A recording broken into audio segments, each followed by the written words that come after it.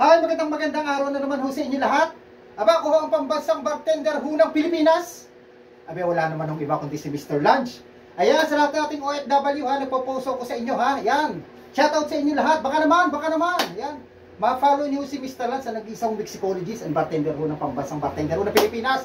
Walang iba kundi si Mr. Lunch. Thank you sa inyo ha. Baka naman ho ha. Balato nyo na kay Mr. Lance, follow nyo naman ako dito na followers ni Mr. Lance. Ano, at share my videos na rin at saka subscribe nyo rin ako ng YT ako yan. Okay? Ayan. Kung kayo may comment na gusto nyo mixing, malaman, history, ano man ho yan. Basta sa Kalakan, napakadami ho yan. Nagdadagdag pa ho ako. Ay, comment down below. At saka ho nagla-live ako ha. Tuwing Tuesday, Thursday, Saturday, Sunday. Lahat ho ng followers, nagrarapol ako ng alak. Yan. Kahit pa isa-isa kung mag-live naman ako 4 times a week, isipin nyo kung gaano karami ako pinili. Ay di isang buwan di 4, 80, di 8, o di ba, di 16 din yun. Dami rin nun. Okay yan, follow kayo, manin nyo, mabunot po kayo ha. Palpo Alfonso tayo, pa-vodka. Yan ho. Okay. Ano ba titimplahin ho natin? Aba, magtitimpla ho tayo ng isang uri ho na cocktail, yung tinatawag ho na Madras. Okay, yung Madras okay na ba na nag-start? Aba, nung 1900s po ito start nung Madras, ano? Pero sinasabi rin nung 1970s. Alam niyo naman ang history, medyo paiba-iba. Maraming version. Okay? Ito hong Madras, ang gagamitin natin dyan isang uri ho ng vodka. Ito ho na nakursunod ako. Paubusan nga ho itong Antonov. Ito isang Russian liqueur. Opo. Double distilled. Ito ho'y charcoal filtered. Okay?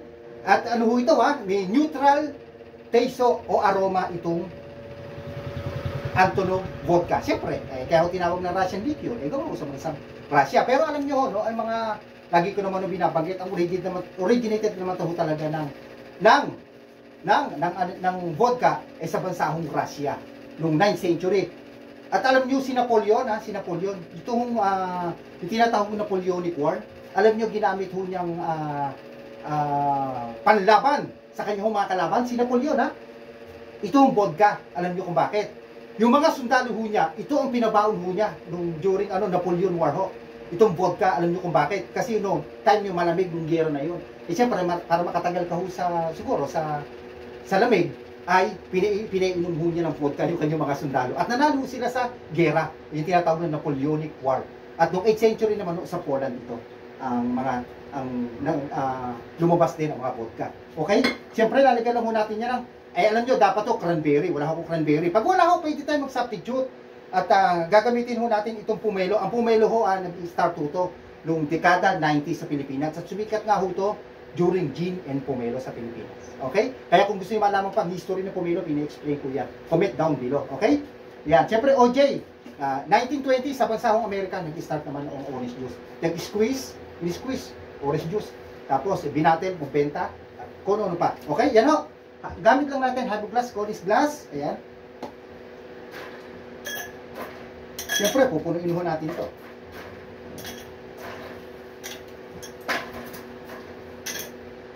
Yung mga may hili ko sa mixing, pwede, komento kayo. Wala naman bayad ng comment dito. Pwede ho natin pag-usapan yung mga gusto nyo.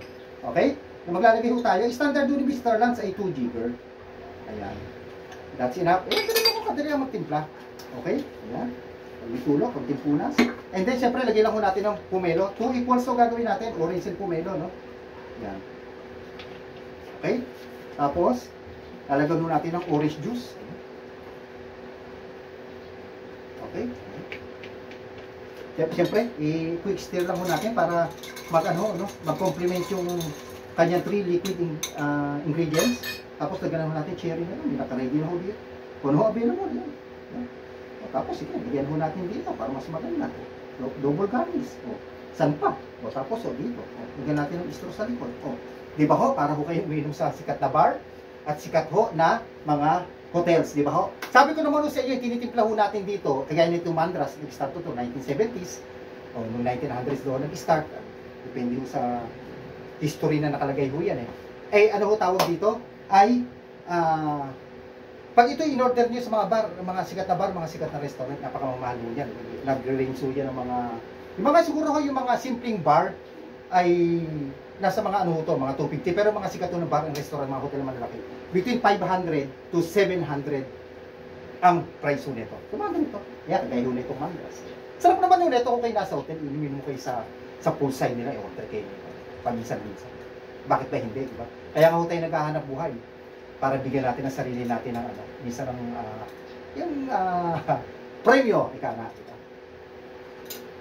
Ang sarap po ng mandras, oh. Tama-tama ho yung pomelo at saka orange juice, saka ho yung vodka. Pag ito iniinom nyo, wala ho kayo malasang alak.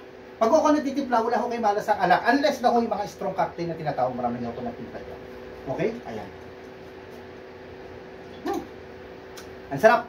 Sige, mamaya ho, Sabado, ang tatapik nga ho natin yung mga strong cocktail ho, tatapik ho natin. Kung ano-ano ho ba yan, ano? Okay? Yan. Ang sarap ng mandras.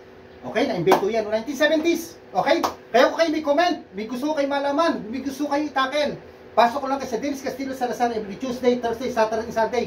Nagpaparapol ho ko ng kanak niyang pa isa-isa. Kada live ko. Okay? At sa lahat ng akin ng followers, kaya follow lang ho. Wala ko kayo gagawin, hindi mag-follow. Okay? Drink moderately, in God we trust. Ako ang pambansang bartender ho ng Pilipinas. Wala iba ko this Mr. Follow and share at subscribe niyo po ako. Bye-bye. Bye-bye.